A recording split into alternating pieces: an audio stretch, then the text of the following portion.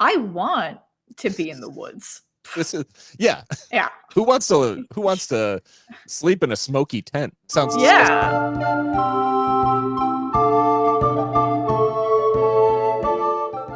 Hello, everyone, and welcome to A Pot of the Seven Kingdoms, where you can come along with us on a read along of the Dunk and Egg novellas. We are in the Hedge Knight, and this is episode 3. I'm Phil. And I'm Caroline, also known as Belock here on the internet. And yeah, we're going to be talking about our next section of the Hedge Knight. Last episode, we left off with Dunk basically starting his journey off for Ashford, definitely without a stable boy in tow. Yeah, definitely. Nobody following him. There's no one that's going to be recurring soon in a few pages. It's just him by himself as a definitely knight. Like he was definitely knighted that one time. Yeah, we left him definitely knighted and on his way to Ashford, definitely by himself. Yes. So I guess for those of us, or those of you, not us, we've been here, but for those of you who are seeing this for the first time, I guess, like, we talk about the episode or about this section of book and what actually happened, and then we talk about the analysis. You know, as with any George book, there's more going on than what's just going on the page, and we'll talk about that. And then we'll talk about the themes throughout, and then give you a little wish list of, with the show coming out this fall, hopefully, it seems like, or maybe end of the year, we'll give you a wish list of what we want to see. Yeah, they said 2025. I'm holding them to that. Come on, HBO, deliver. And it's the least they can do, because this year has given us nothing else. So yes, it's exactly. the least they owe us. So you obviously put together the notes of this episode. Do you want to walk us through, or start walking us through, what happened in this set of pages? Yeah, my very quick, I dashed them together notes. So first of all, the section we're reading, for anyone who's following along in the paperback book, is top of page 15 through page 25, where the break is, and the last line there is, "So the luck is mine alone," which is an interesting little bit. So basically, we're following Dunk, our good boy Dunk, our tall boy Dunk. He arrives at Ashford and sort of gets to describe for us the various banners that are there, which is really cool, because George R. Martin is very in love with the world he's built, which is fair. I too am in love with the world he's built. And he just takes a paragraph to just list all of there's this banner, it means this, there's this banner, it means that, and look at my cool banner, and then there's this green sea turtle on a green field, and there's this lion. You recognize the lion, guys? Hey, and it's I get it. This is very, thank you, George. I'm happy with this.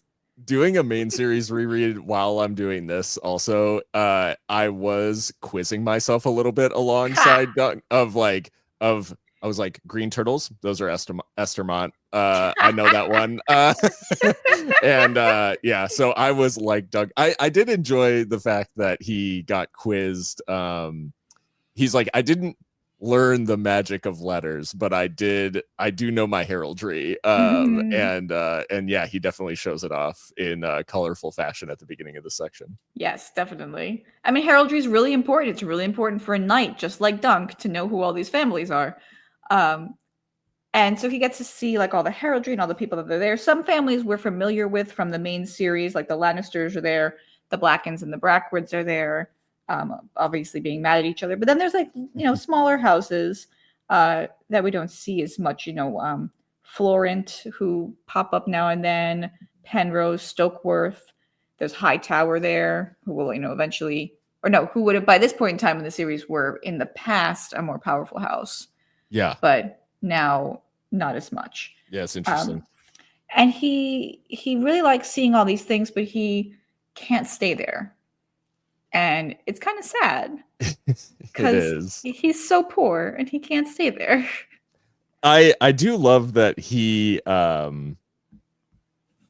talks about the fact that he would his camp outside of the camp is going to be better because people would be mean to him, or they'd be fake nice, which would be worse. Is what he's like.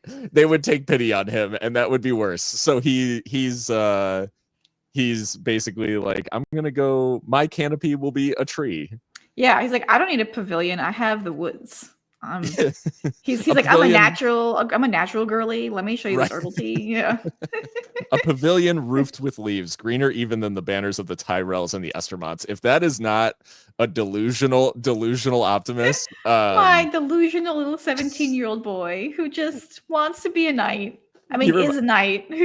he reminds me of this small stand-up bit from Mike Birbiglia, if Mhm. you're familiar, where early on in one of his stand-up specials he talks about the fact that when you're starting out as a comic, you have to be delusional to a certain extent, and you have to just Mhm. convince yourself that it's going quite well, like even when even as you're just like bombing and like and playing these tiny gigs and all this stuff.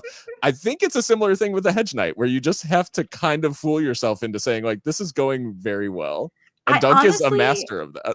I think that's so relatable to so many things though. Like Yeah, anything new that you're trying, like you're gonna suck initially. Like for sure. that's fine. Like you're trying it for the first time. No one's great at anything the first time they do it.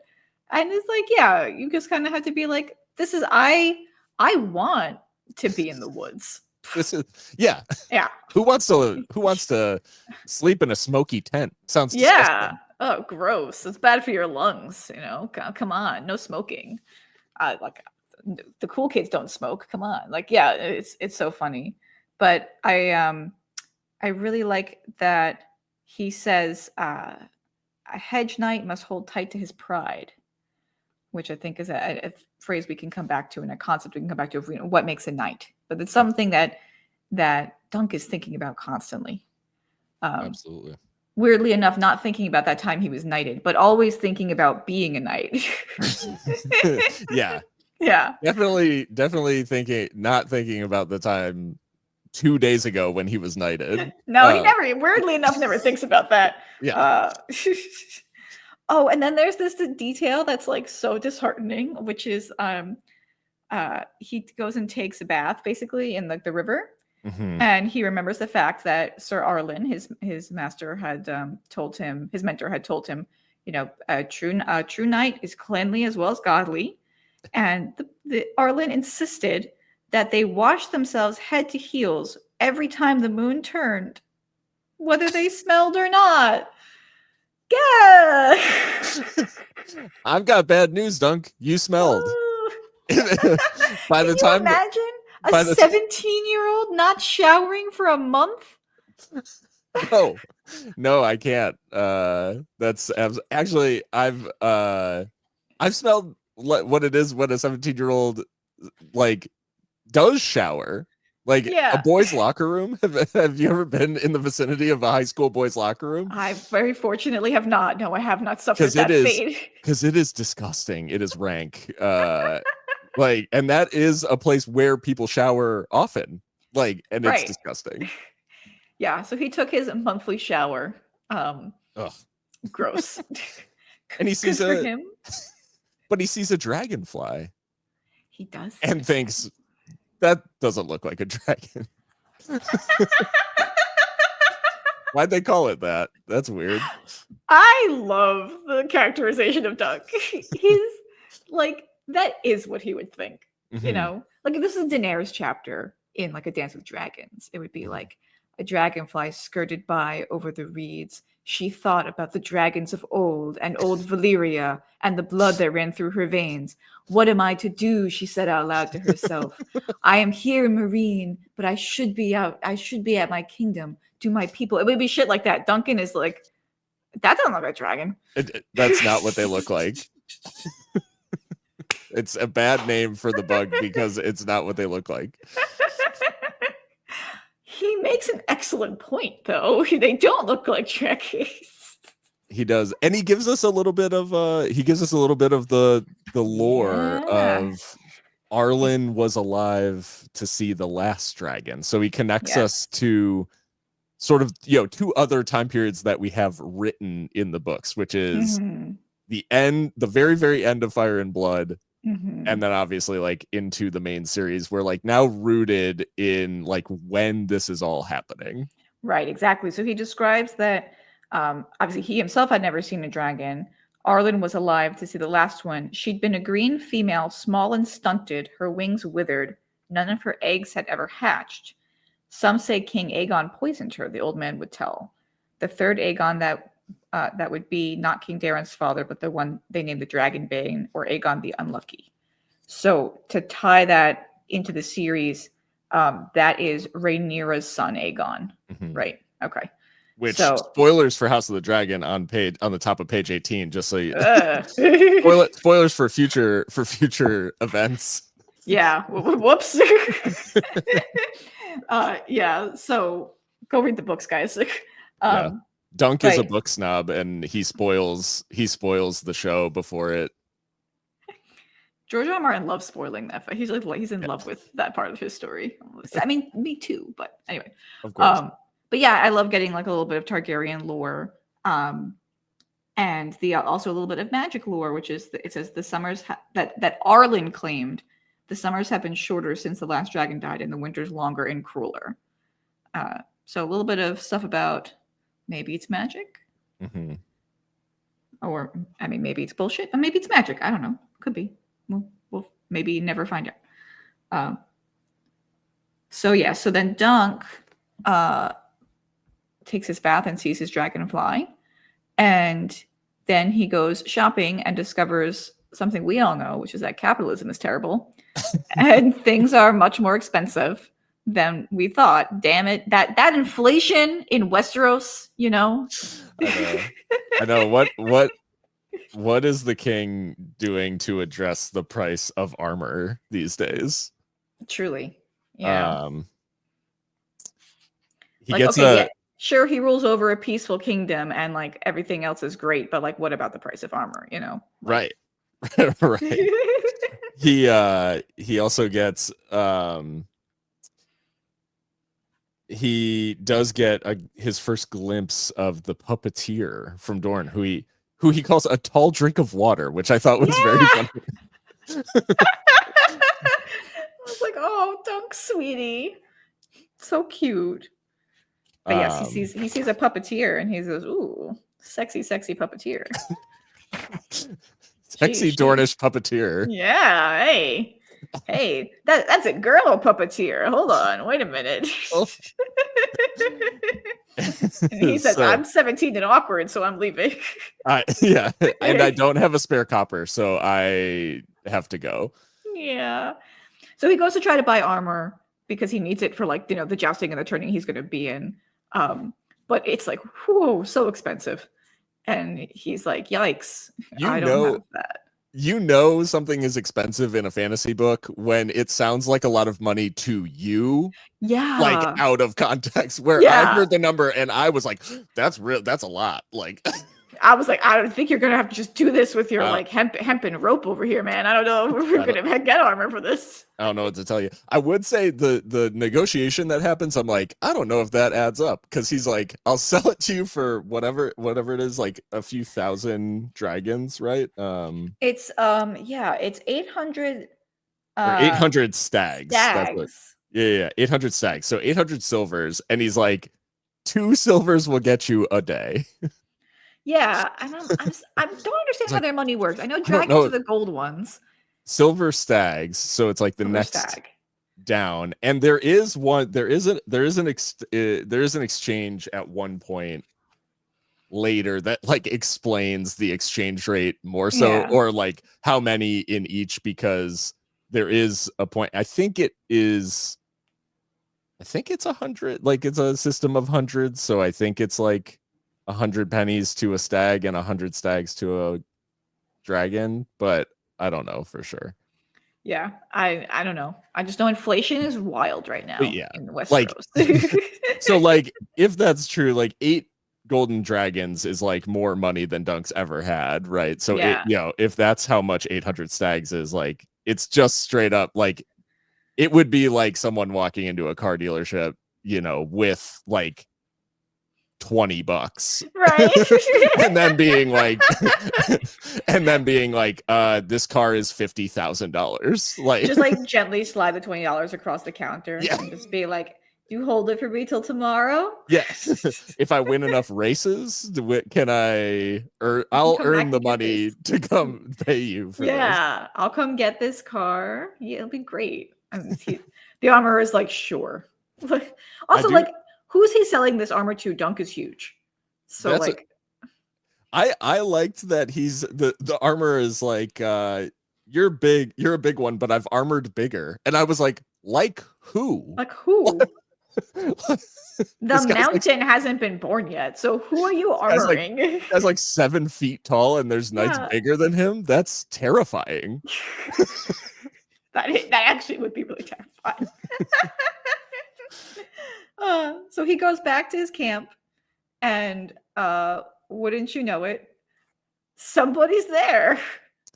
Someone is there. There's a person, a small person with no hair. It's the little boy.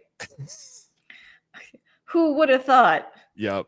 that he would be back in the story after being introduced last time? Not me. I do love that. Yeah, so the stable boy gets like a little bit of a Gollum edit here from Yeah. he's just there and has caught a fish. Yes. Now he's cooking the fish, so it's not a true Gollum situation, but yeah, he's like, that's cute. He comes back and you know, Dunk assumes he's being robbed, which is like I think that is like the ultimate like paranoid poor person of like all of my belongings are hanging out in this field. Yeah. And so he thinks he's being robbed. He has his sword out, and then there's an 8-year-old sitting at his campfire cooking a fish. Yeah.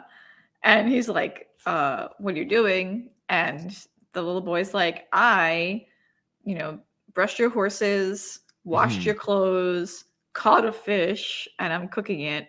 So, like, are we chill? Yeah.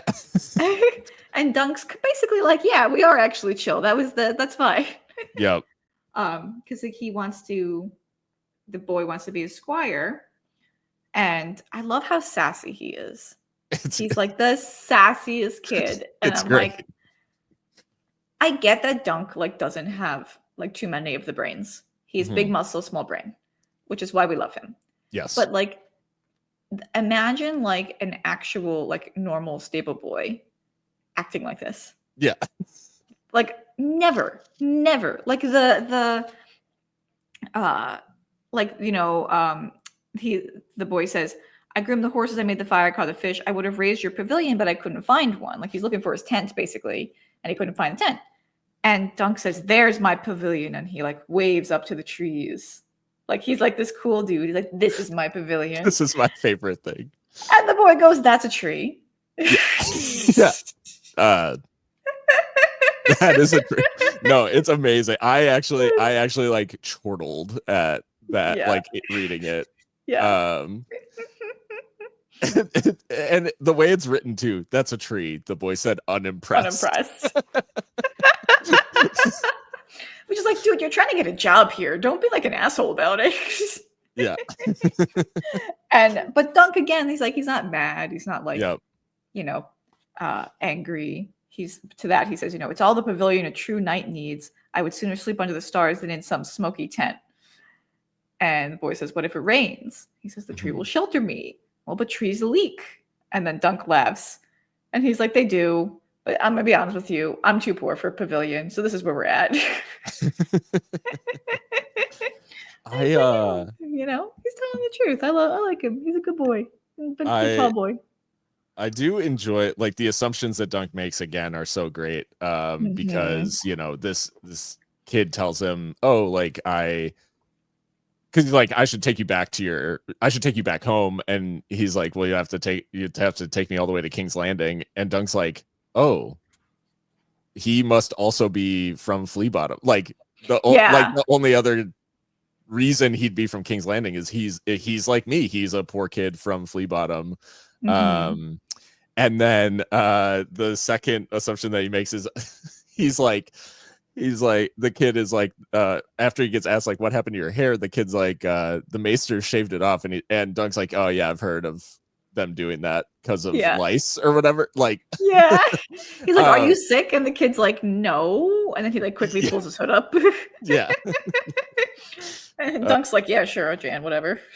And then his last the last thing that I really liked about this section is the fact that Egg is kind of the one who says because he calls himself Dunk, and he's like, Dunk, Sir Dunk, like that's not a name of a knight. Yeah. Is it short for Duncan? And Dunk is like, yes. Yes. Yes, it like, is. And he's like, Arlen just called me Dunk. Like, I have no idea what it's. So not only is like, we talked about last episode about the fact that he basically just leans into the fact that he's a knight, but he also leans into the fact that his name is Duncan, which he doesn't even know if that's true. I'm so curious why Arlen called him Dunk. Yeah. Like, was that like kind of like an insult? Because it's sort of loosely implied here that it's possible that calling him Dunk was almost similar like calling someone dunce, like calling him stupid. Yeah. And that maybe it was like a name that originated from like some kind of insult. Because the boy says, my name is Egg. And what does Dunk think? So when Dunk tells Egg his name, he laughs. And then, Dunk kind of maneuvers around it and says, oh, it's Duncan, really, truly, that's my name. Then the boy says Egg, and the text says, Dunk did not laugh. And then these are his thoughts. His head does look like an egg. Small boys can be cruel, and grown men as well. Yep. So what Dunk thinks is that this kid is called Egg because he's bald. Right. And so he thinks it's like a bullying insult. Yeah, like, and so he doesn't laugh. Yeah. So he doesn't laugh at it. He's like, Yeah. your name's Egg. Not a problem. Yeah. And I'm not going to make a joke about the fact that you look like an egg.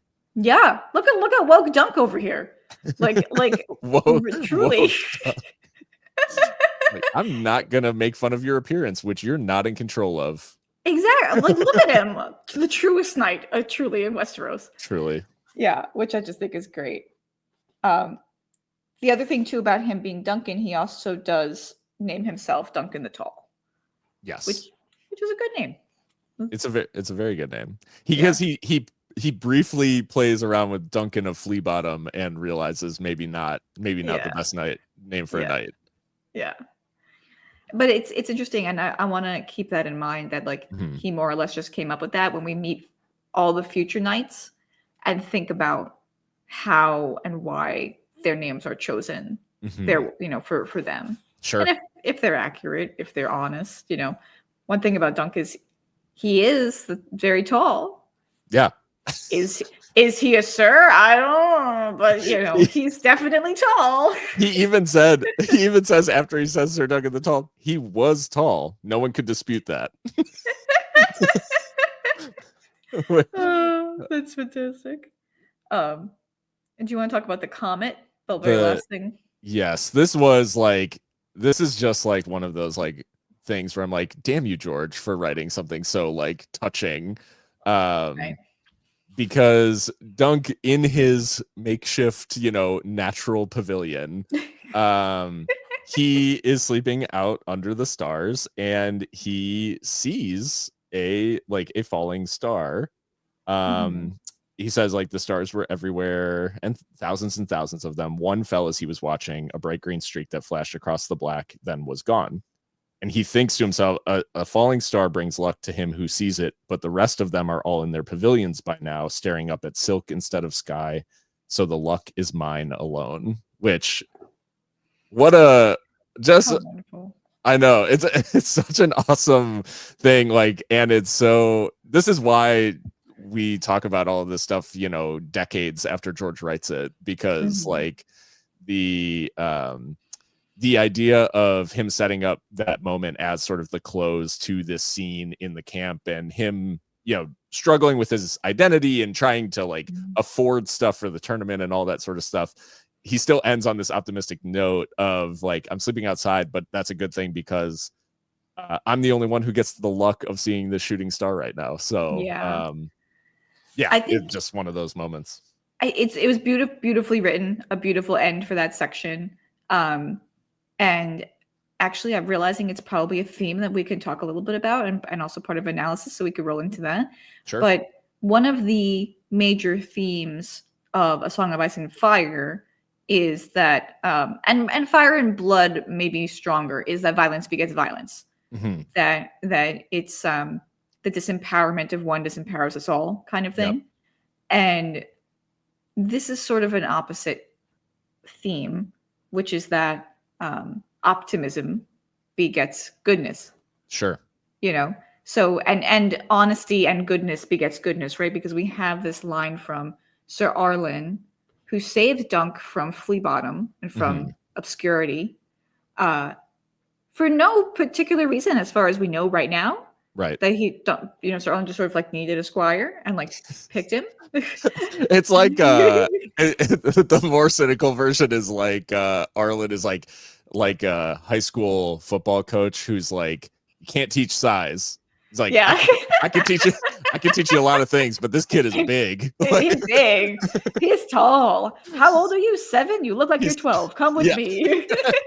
Can't teach size. Like that's yeah. Maybe that was it. Maybe he was like, this kid's big. Let's go. And Arlen put all this effort into making Dunk a knight. How much effort we can debate on our next episode. Sure. But he put all this effort into making Dunk a good person, and Dunk is now is that person. And so now I love his line. I think it's it might be in the next section. I'm sorry, I might be a section ahead. But he's faced now with this kid. Yeah. Who he could have thrown out. He could have said, egg, whatever. I don't give a shit who you are. Get out of here. This is my camp. I don't need a squire. He could have been really mean, but he's not, because that's what he was taught. Right. And now he's going to do that for egg, and then we'll sort of see how that carries through. Absolutely. And I think that the comet comment is sort of encapsulating that in like a really nice, neat package. Yeah. No, I love that. I think like sort of building on what we talked about last time and this goes into the sort of the optimism. So we talk about Dunk being an optimist, and we talk about his mentorship from Sir Arlen. And I think it's really interesting as you look at Dunk, where there are these like threats of violence, right? Of the like, I'll give him a clout on the ear, and like, oh, I'll only beat you when you deserve it, and all this stuff. But the as you're hearing him say these things, right? Like the threat never feels very real.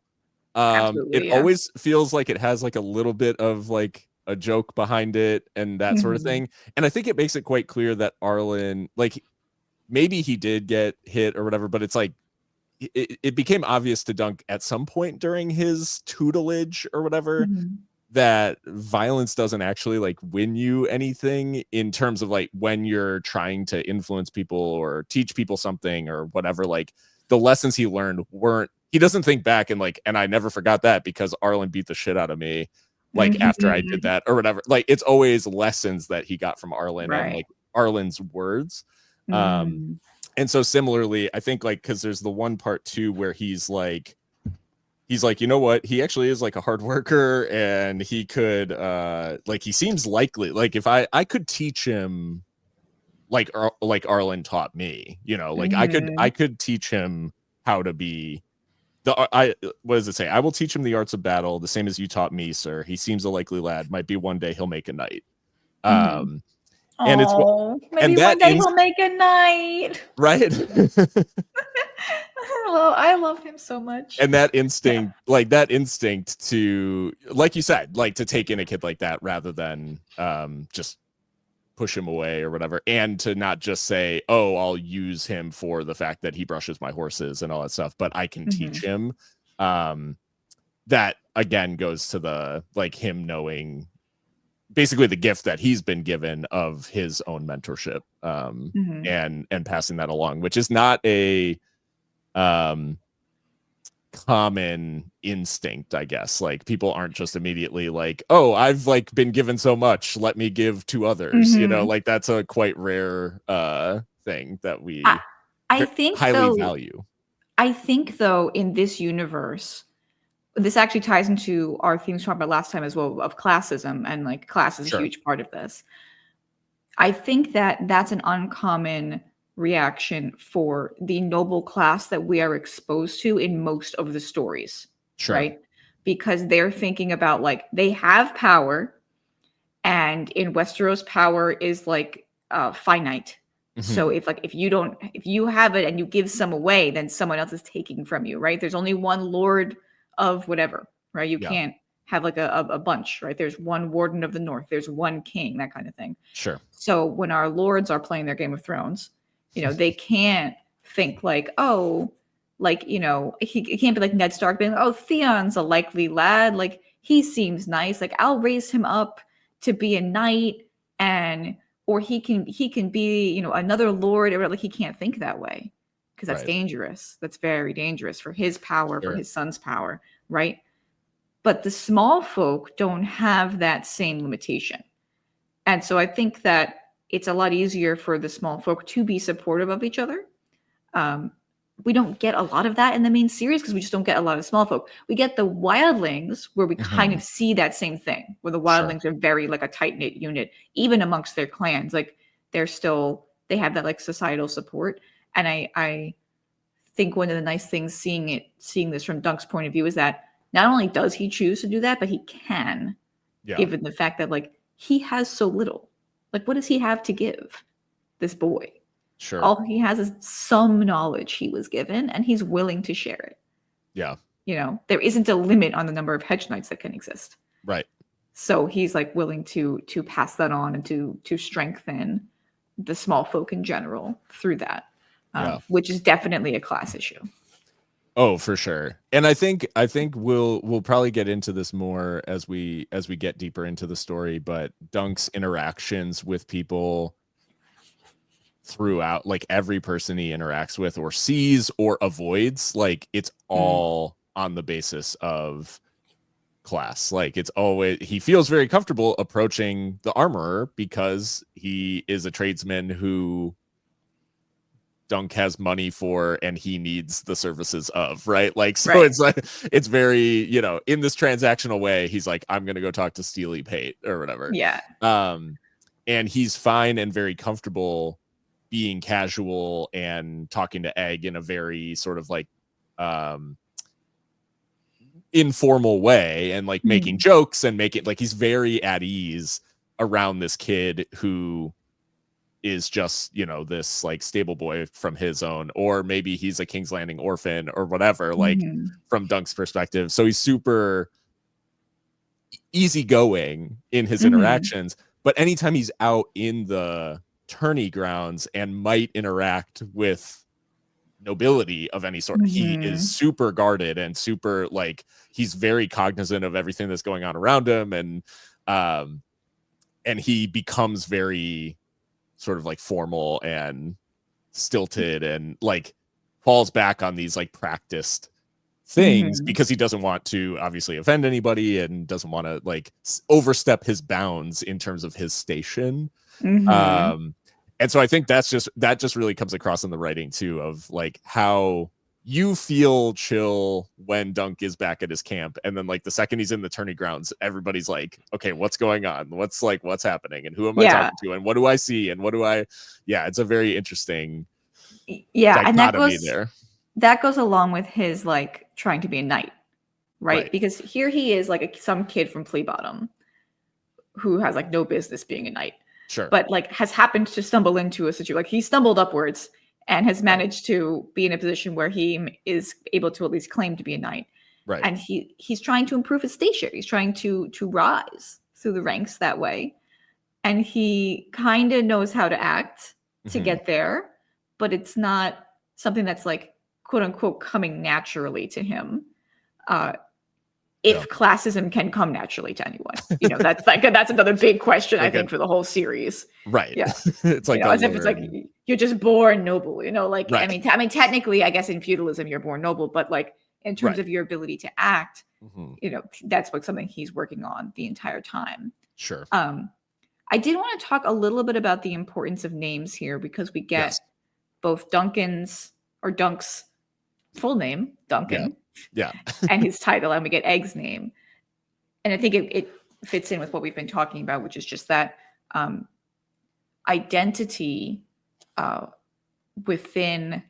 I think names in fiction are very important because they deal so closely with the identity of our fictional characters within the universe they exist.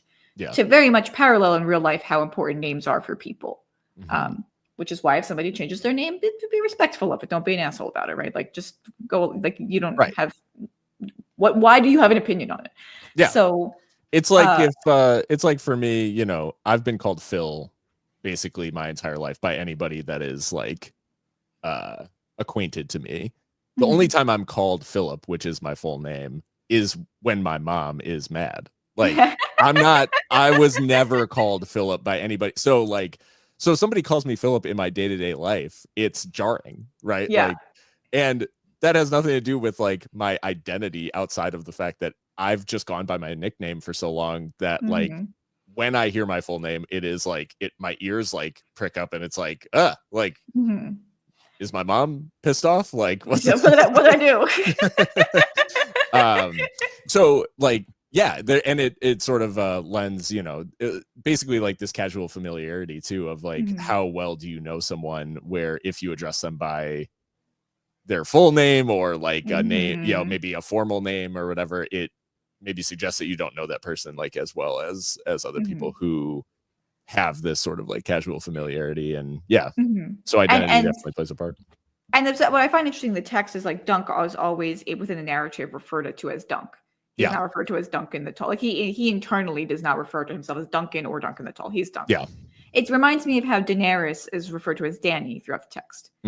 She occasionally in her chapters within the narrative is thinking of herself as Daenerys, or it's written out as Daenerys, but rarely. It's primarily Dany. Yeah. Mostly because Daenerys is hard to spell. But but I think it's also part of like her identity is not, you know, Daenerys the Targaryen princess. She's you know, she's a person, she's not the title. And the distance between the human and the title they're putting forward is a repetitive theme or motif, I'm not exactly sure which one, throughout A Song of Ice and Fire. So Dunk is beginning just now to interact with that aspect of like the noble class. Yeah. Like the fact that there's like titles. Like he knows how to call a lord and as a sir, like all, like he knows how to do that, but he's finally gotten one for himself. Right. And he just kind of made it up. Yeah. So it's like not even like very deep or meaningful, you know. It's just like, I'm a tall boy. Yeah. Like Sir Duncan the tall boy. That's it. And Egg. A tall drink of water. Yeah, that tall drink. Oh, I love him. Egg, by contrast, Egg is perhaps we won't do the reveal now, but Egg is not just some stable boy. Sure. Fair enough. But by naming himself that, he is. Right. He's just, you know, it's part of dissembling and hiding. Sure. Is how not only we talked about dress last time, you brought up the way like people dress, but also what you tell people you are is part of becoming that. Yeah. Like you're mentioning before, like just like, you know, pretending it's going really well.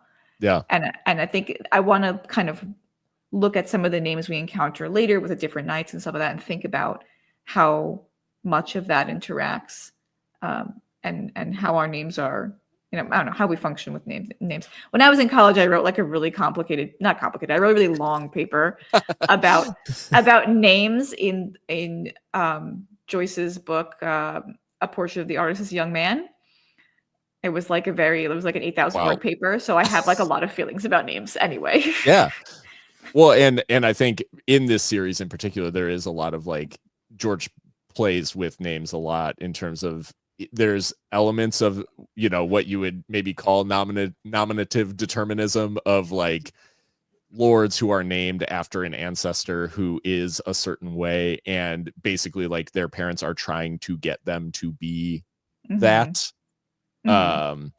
Or, you know, even Frey's being named stuff like Rhaegar and Aegon and stuff like that, you know, those sorts of like those sorts of things where families are almost willing children to be something by naming them something. Yeah. And that is, I think, too like played with in George's writing in terms of he likes to make people mirrors of like these other characters and sometimes make it almost like look how far off they were or whatever from like the character they were trying to be, you know, type thing. So I think there's definitely a lot a lot there. Shout out to Anus Frey, who's the only other Anus after the Conqueror's son Anus. I know. Poor Anus. Sometimes when you're born, your parents are like, Anus, got it, boom, done, perfect. Nailed it. Send out the announcements. It's great. I guess, was there anything else about this section that stuck out, or anything, I guess, as we look, like anything that you particularly want to see in the show? Ooh, yes. So one thing I'm expecting now from HBO is beautiful settings, because they pretty much nailed it with House of the Dragon. Game of Thrones was like its own animal because it was terrible, but House of the Dragon is like a really good show. Yeah. And I really want the tourney grounds I want to see that on my screen. Like that sounds like beautiful, with like the pavilions and the banners and the colors and the people, the knights and the bustling. Like that can really go one of two ways. That could be so visually interesting on screen to see, or it can be a tone and be terrible, Yeah. Like it could be like if David and Dan were doing it on the Bad Show, it would be like you wouldn't be able to see anything. No one would have turned the lights on for that scene, Like all of the banners would be brown and off brown. Yeah. Have you seen like on the internet like sad beige baby as like a thing? Yeah. So anybody who doesn't know, sad beige babies, like there's like this trend now. All my friends are having babies.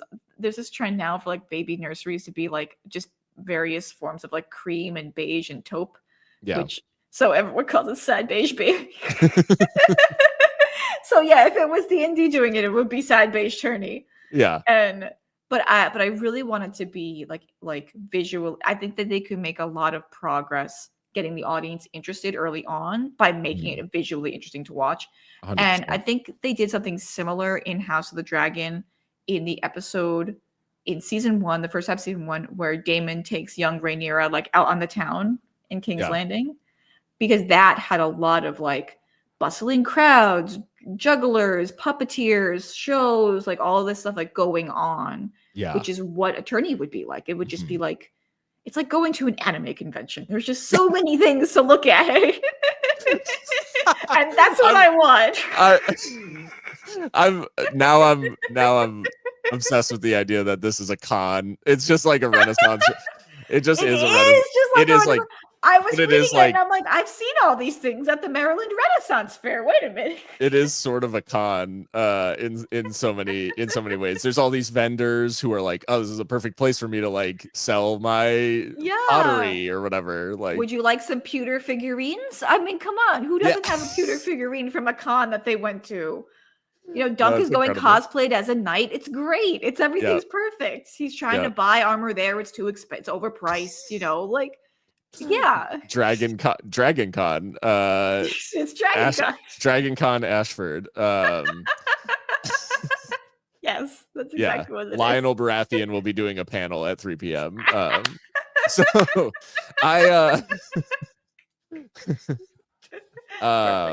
no, I love that. But I totally agree that like it has to feel full. I think that's like one of the things that when you go back and watch sort of like early season Game of Thrones, as well done as so many of the things are, the Hands Tourney is one where I'm just like, man, there need to be way more people at this. And like House of the Dragon did such a good job of that with the joust in like the pilot of making that tournament feel very consequential and big and like extravagant. And I think like it needs to feel similarly big, particularly as we get into the next section and we know who's all here, because we know some of the big houses are definitely represented, but this is a even maybe more significant tourney than they let on. I mean, everybody's going.